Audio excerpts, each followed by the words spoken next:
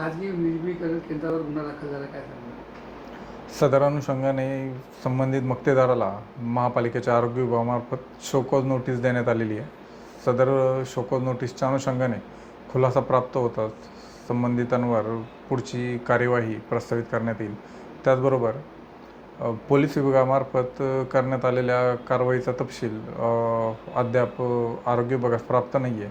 सदर अनुषंगाने देखील महापालिकेमार्फत चौकशी करण्यात येत आहे.